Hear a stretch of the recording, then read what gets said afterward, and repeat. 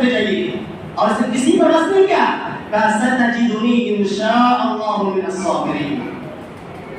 انشاءاللہ اگر اللہ نے چاہا تو مجھے صبر کرنے والوں میں سے پائیں گے. آپ درس کرتے جائیے جو آپ کو حکم دیا گیا ہے. پھر اس وقت مشورہ لینے کی ضرورت نہیں ہے. اللہ کا حکم اگر آ جائے کہ تم فلاں کام کرو تو کرو, کسی کی مشورہ کی کوئی ضرورت نہیں. کہا اللہ کا حکم ہے ہم قربان کریں گے, باپ قربان کرنے کے لیے تیار اور بیٹا قربان ہونے کے لیے تیار. سنت ہے جس کے ہاتھ میں عالم ہے, مسلمان عالم ہر سال لاکھوں کروڑوں کا جانور میں سن لیجیے. میرے 60,000 کا بکرا, میں نے 80,000 کا بکرا لایا, میں نے 1.5 لاکھ کا بیل خرید کے لایا. کیا یہ سب چرچا ہے؟ آپ کو اللہ نے دیا, آپ کریے. 1.5 لاکھ میں 3 لاکھ کا کیجیے, لیکن دل کے خلوص کے ساتھ کیجیے. دکھاوا کے لیے نہیں, عادت نہیں. آپ کو یقین ہو کہ جو ہم کر رہے ہیں اللہ کو راضی کرنے کے لیے کر رہے ہیں. آپ لوگوں کے سامنے آپ کو بیان کرنے کی ضرورت تو حرام ہو جائے گا. تمہارے بچوں کو ہاتھ لگاتا حرام ہو جاتا ہے. نہیں میرے بھائی, غلط بات ہے. بلکہ افضل یہ ہے کہ عورتوں کو بھی شامل کیا جائے, کیونکہ ان کے اندر ہمت پیدا ہوگی. مسلم عورتیں بہادر ہوا کرتی ہے. جنگوں میں دیکھا کیجیے اوپر سے پتھر گرایا کرتی تھی عورتیں. تو مسلم عورتوں کو مضبوط ہونا چاہیے. آج کی عورتوں کا حال دیکھیے, ایک چھپکلی دے کے ڈر جاتی ہے, ایک کاکروچ دے کے ڈر جاتی ہے. تو آپ کو چاہیے کہ آپ قربانی کریں, جب اپنے بکرا کو قربانی کرنے لے جائیں تو آپ اپنے گھر والوں کو بھی, اپنی بیوی کو, اپنی بچیوں کو بھی لائیں تاکہ وہ دیکھیں اس کے اندر ہمت پیدا ہو. محترم سامعین کرام, ابھی آج کی اس خطبہ جمعہ کے اندر چونکہ سامنے عید الاضحیٰ آ رہا ہے, تو اسی کی مناسبت سے قربانی کے احکام و مسائل بیان کریں گے.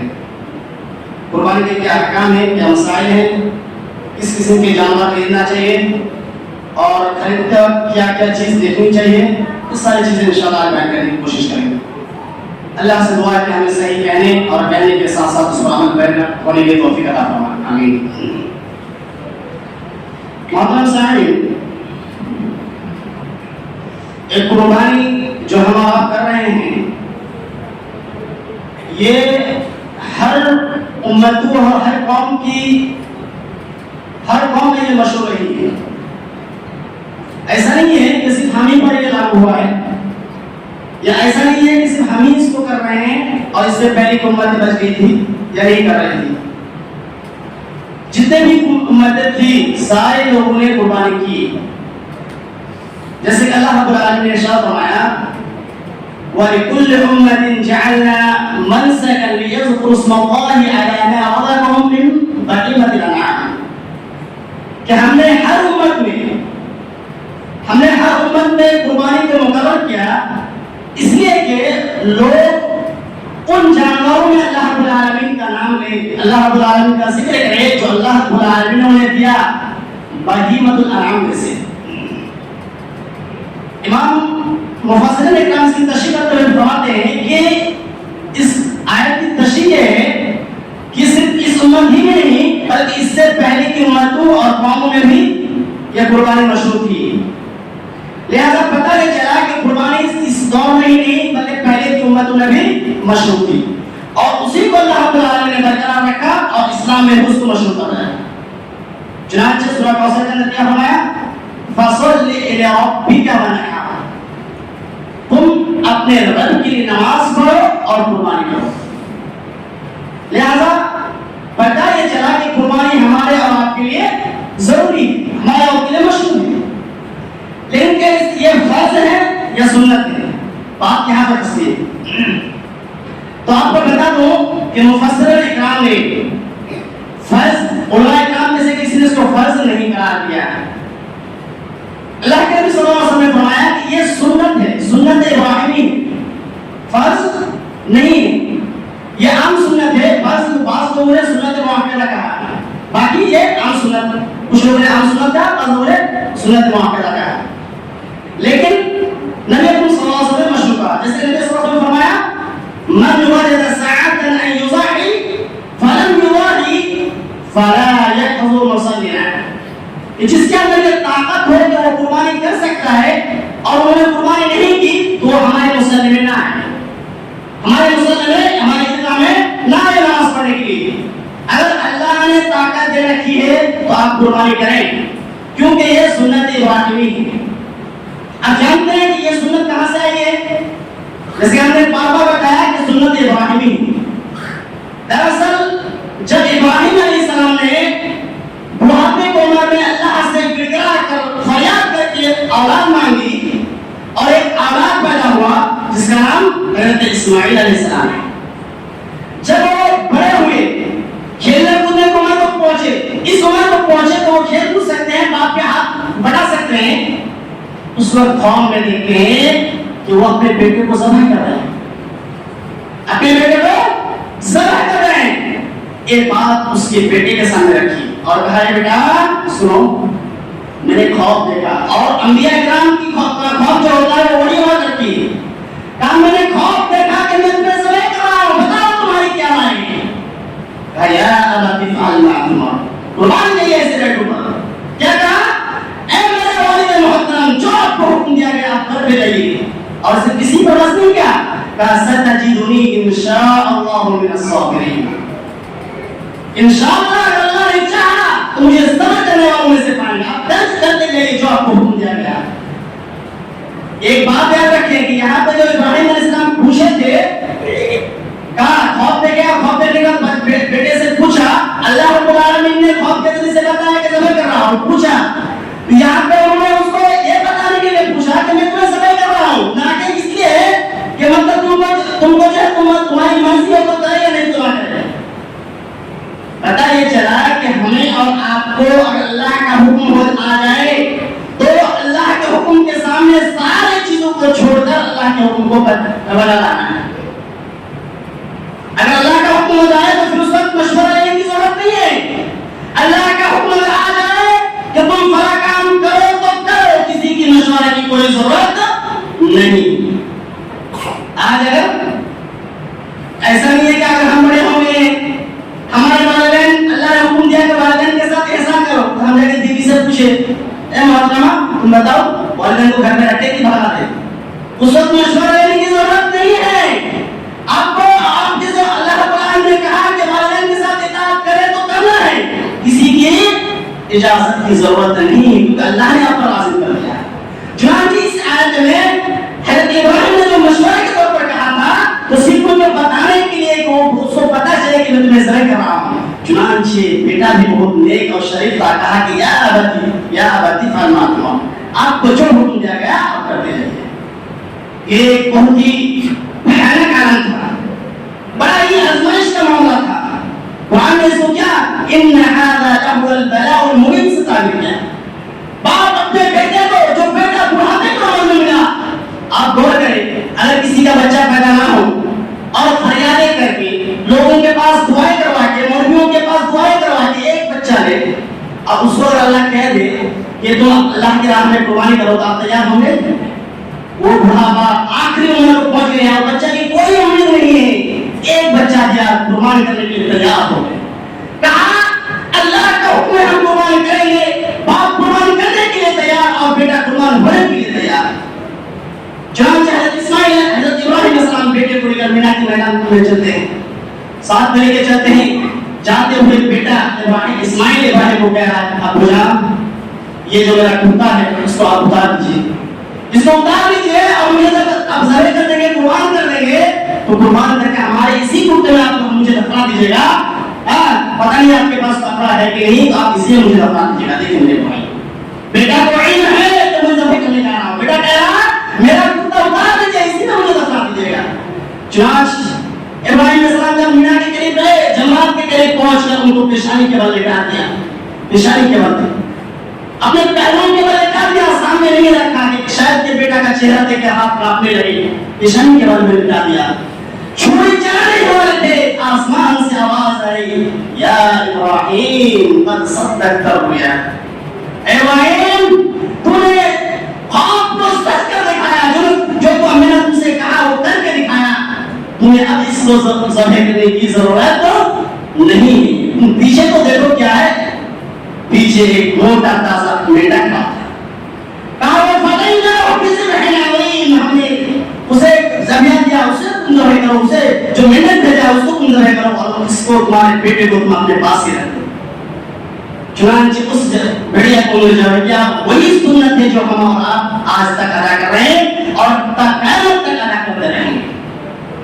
یہی وہ سنت ہے جس کے خاطر عالم مسلمان عالم ہر سال لاکھوں کروڑوں جانور ذبح کرتے ہیں. میرے بھائیوں یہ بات یاد رکھیں کہ قربانی صرف جانور ذبح کرنے کا نام نہیں ہے کہ ہم جب گائے اور بیل لے کے آئے ذبح کر لے ہو گیا قربانی. نہیں، بلکہ اپنی خواہشات کو، اپنی چاہت کو، اپنی مرضی کو قربان کرنے کا نام ہے. اللہ کے سامنے سر تسلیم کھم کرنے کا نام قربانی ہے. جب تک ہم اور اس حقیقت کو نہیں سمجھیں گے قربانی کی حقیقت کو نہیں سمجھ سکتے. آپ ایک بات یاد رکھیں کہ عبادت دو طرح کی ہوتی ہے. ایک عبادت ہوتی ہے اور ایک عبادت ہوتی ہے اور ایک عادت ہوتی ہے. ایک اللہ کو راضی کرنے کے لیے عبادت ہوتی ہے اور ایک عادت ہوتی ہے. آج ہم آپ جو قربانی کرتے ہیں وہ عادت سے عادت ہوا کرتی ہے. الا ماشاءاللہ من رحم ربی، کچھ ہی لوگ ہیں جو جانتے ہیں کہ قربانی کا کیا مقاصد ہے، کیوں کر رہے ہیں. بہت سارے لوگ ایسے ہیں جو صرف عادت کر رہے ہیں. ہمارے ماں باپ کر رہے ہیں تو ہم بھی کر رہے ہیں. اگر ہم نہیں کریں گے تو لوگ کیا کہیں گے؟ عادت نہیں کر رہے ہیں. تو بتائیے کہ قربانی خریدنے کے بعد جب جانور خرید کے لاتے ہیں لوگ کی چرچا سن لیجیے. دکانوں میں چار میں سن لیجیے میرے 60,000 کا بکرا لایا، میرے 80,000 کا بکرا لایا، میرے 1.5 کا بیل خرید کے لایا. کیا یہ سب چرچا ہے؟ آپ کو اللہ نے دیا، آپ کریے، 1.5 کے 3 لاکھ کا کیجیے، لیکن دل کے خلوص کے ساتھ کیجیے. دکھاوا کے لیے نہیں، عادت نہیں. آپ کو یقین ہو کہ جو ہم کر رہے ہیں اللہ کو راضی کرنے کے لیے کر رہے ہیں. آپ لوگوں کے سامنے آپ کو بیان کرنے کی ضرورت نہیں ہے. اور یہی پر بس نہیں کرتے ہیں. قربانی کرنے کے بعد قربانی کے گوشت کے بارے میں چرچا ہونے لگتا ہے.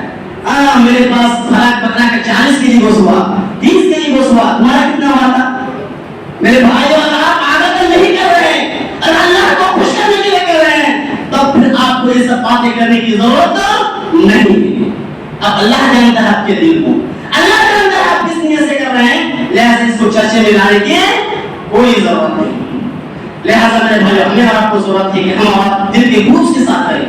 کیوں؟ اللہ نے کیا فرمایا؟ قل ان صلاتي ونسكي ومحياي ومماتي لله رب العالمین. کہہ دو میری زندگی، میرا جینا، میرا مرنا، میری نماز، میری قربانی سب اللہ رب العالمین کے لیے، کسی کے لیے نہیں. لہذا صرف اللہ کے لیے دل کو خلوص کر کے قربانی خریدے. اور قربانی خریدتے وقت جب قربانی خریدے تو یاد رکھیں کہ وہ جو 4 چیزوں سے پاک ہو. یعنی قربانی کے لیے شرط ہے کہ وہ 4 چیزوں سے پاک ہو. 4 چیزوں سے پاک ہوتی ہے تب ہمارا اور آپ کا قربانی صحیح ہے، ورنہ قربانی صحیح نہیں. پہلی چیز ہے کہ قربانی جو خریدے تو حلال کا پیسہ ہو، حلال جانور پیسے سے کم خریدا گیا ہو، اور وہ جانور بہیمۃ الانعام میں سے ہو. وہ جانور بہیمۃ الانعام میں سے ہو. اللہ رب العالمین نے فرمایا وَلِكُلِّ أُمَّةٍ جَعَلْنَا مَنسَكًا لِيَذْكُرُوا اسْمَ اللَّهِ عَلَى مَا رَزَقَهُم مِّن بَهِيمَةِ الْأَنْعَامِ. کہ وہ ہم نے ہر امت میں قربانی کو مقرر کیا اس وجہ سے کہ جو جانوروں کو ہم نے دیا ہے ان جانوروں کا اللہ کے اوپر ان جانوروں پر اللہ کا نام لے اور وہ جانور بہیمۃ الانعام میں سے ہو. مفسرین قرطبی رحمۃ اللہ علیہ فرماتے ہیں کہ اس آیت میں جو بہیمۃ الانعام استعمال ہوا ہے ان سے مراد 4 قسم کے جانور ہیں. ایک گائے، ایک اونٹ کے نر اور مادہ، فیمیل اور میل، اونٹ اور اونٹنی. نمبر 2 گائے اور بیل. نمبر 3 بکری اور بکرا. نمبر 4 بھیڑ اور بھیڑیا. یہ 4 قسم کے جانور ہیں جسے ہم آپ قربان کر سکتے ہیں. جسے قربان کرنا ہمارے آپ کے لیے مشروع ہے. بعض لوگ بھینس کی قربانی کرتے ہیں اور کہتے ہیں کہ بھینس کی قربانی کیوں نہ کریں، بھینس بھی تو حلال ہے. ٹھیک ہے حلال ہے، ہمیں نہیں کرے گا حرام ہے. آپ کا ہرن میں تو حلال ہے، ہرن کی قربانی مشروع کیجیے. مرغا میں تو حلال ہے، مرغا کی قربانی مشروع کیجیے. کیوں نہیں کر رہے ہیں؟ میرے بھائی اگر آپ لغت دیکھیں گے تو لغوی اعتبار سے قربانی بھینس کا بھی جائز ہے، لیکن اگر شریعت کو دیکھیں گے، دین محمد کو دیکھیں گے تو محمد صلی اللہ علیہ وسلم نے ان بھینسوں کی قربانی کو جائز نہیں کرا دیا، بلکہ کہا بہیمۃ الانعام میں سے کرو. سے، تابعین سے اور نبی اکرم صلی اللہ علیہ وسلم سے ثابت ہے تو ان 4 قسم کے جانور ہیں۔ کون کون؟ اونٹ، گائے، ان کے مطلب جوڑ لیجیے گا، اونٹ، گائے، بکری اور بھیڑیا، اسی میں اس کے جو جنس ہیں وہ، تو یہ 4 قسم کے جانور ہیں جس سے ہم آپ قربان کر سکتے ہیں۔ یہ ضروری بھی ہے کہ ہم ان 4 قسم کے جانور کو خریدیں اور ان کے علاوہ کے جانور سے بچیں، ٹھیک ہے۔ اس کے بعد دوسری شرط یہ ہے کہ جانور جو خریدے وہ 4 عیوب سے پاک ہو۔ کتنا عیوب سے پاک ہو؟ 4 عیوب سے۔ اسے ایک حدیث کے اندر ارشاد فرمایا کہ لا تجوز فی الاضاحی، کہ اربع لا تجوز فی الاضاحی، 4 قسم کی صفت ایسی ہے کہ جو قربانی میں جائز نہیں۔ فرمایا الاعوار بین الاعوار، الاعوار بین الاعوار، ایسا لگا، ایسا کالا کہ جس کے کالا پر بالکل واضح ہو۔ اگر واضح کالا جانور ہے تو اس کی قربانی جائز نہیں ہے۔ والمریض تبین مرضها، ایسا بیمار جانور جس کی بیماری بالکل واضح ہو، ایسا جانور کی قربانی کی نہیں جا سکتی۔ اس کے علاوہ کہا والارجاء بین ذرها، وہ لگا، ایسا لگا جانور جس کا لگا پن بالکل واضح ہو۔ اچھا ایک حدیث بیان کی جاتی ہے، وہ بہت حدیث جو ہے بہت ضعیف ہے، ضعیف جدا ہے، انتہائی درجے کا ضعیف ہے۔ لوگ بیان کرتے ہیں کہ تم لوگ اپنے جانور کو کھلایا پلایا کرو، کیوں؟ اس لیے کہ یہ جانور پنسرات میں تمہارا سواری ہوں گے، تم کو پنسرات میں پار کریں گے۔ یہ حدیث جو ہے ضعیف جدا ہے، انتہائی درجے کا ضعیف ہے، ٹھیک ہے۔ تو مان لیتے ہیں اگر یہ صحیح ہو اگر، اور آپ کا اگر جانور کالا ہو، لگا ہو، تو آپ کو پنسرات کیسے پار کرائے گا؟ ویسے اس میں یقین نہیں رکھنا ہے کہ یہ تو ضعیف حدیث ہے، انتہائی درجے کا ضعیف ہے۔ لہذا بیان کیا گیا ہے کہ ایسا جانور جو جس کا کالا پن، جس کا لگا پن، جس کی بیماری ظاہر ہو، ایسے جانور کی قربانی جائز نہیں۔ اس کے بعد والکبیر الذی لا تنکح، ویسا جانور جس کے جو اتنا کمزور ہو کہ اس کے شریر میں گودا تک نہ ہو، گوشت نہ ہو، چل ہی نہیں سکتے، اس کے بیچارے کا ہڈی دکھائی دے رہا ہے، تو ایسا جانور کی قربانی میں نہیں کیا جا سکتا ہے۔ لہذا ہمیں اس بات کا خیال رکھیں کہ ان 4 عیوب سے پاک جانور کو ہم خریدیں۔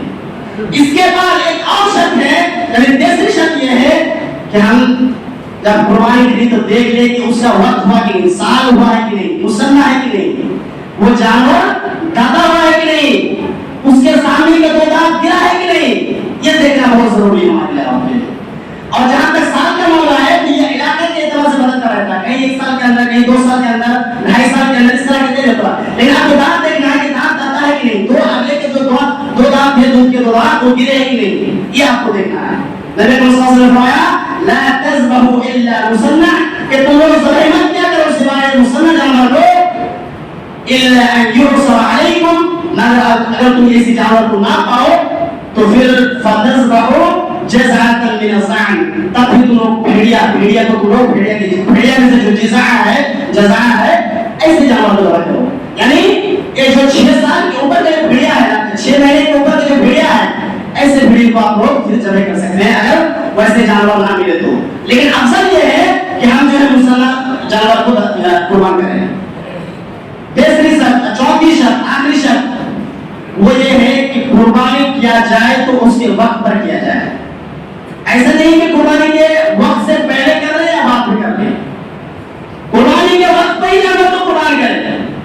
ایک صحابی نماز سے پہلے قربانی کرتے بیٹھے ہوئے تھے، نبی صلی اللہ علیہ وسلم جب نماز پڑھی سے فارغ ہوئے، فرماتے ہیں صحابی فرماتے ہیں کہ سعیدت مع رسول اللہ صلی اللہ علیہ وسلم فلما قضى صلاته بالناس فنظر الى غنم قد ذبحت فقال ما، جب وہ صحابی بیان کرتے ہیں کہ جب ہم ایک روز نبی صلی اللہ علیہ وسلم کے ساتھ عید الاضحیٰ میں شامل ہوئے، جب شامل ہو گئے تو نبی صلی اللہ علیہ وسلم لوگوں کو نماز پڑھا کر فارغ ہوئے تو ایک بکری کی طرف دیکھ رہے ہیں کہ وہ ذبح کیا ہوا ہے۔ جب وہ ذبح کیا ہوا ہے تو نبی صلی اللہ علیہ وسلم نے کہا کہ جس نے ابھی بکری ذبح کر چکا ہے اس کو چاہیے کہ وہ اس کی جگہ دوسری بکری ذبح کرے، اور جو نہیں ذبح کیا ہے وہ اللہ کے نام پہ ذبح کرے۔ پتہ کیا چلا؟ پتہ یہ چلا کہ وقت سے پہلے، عید کی نماز سے پہلے قربانی درست اور جائز نہیں ہے۔ دوسری چیز کہ اسی طریقے سے وقت کے بعد بھی جائز نہیں ہے، اور وقت 3 دن ہے، 4 دن ہے۔ ایک عید کے دن،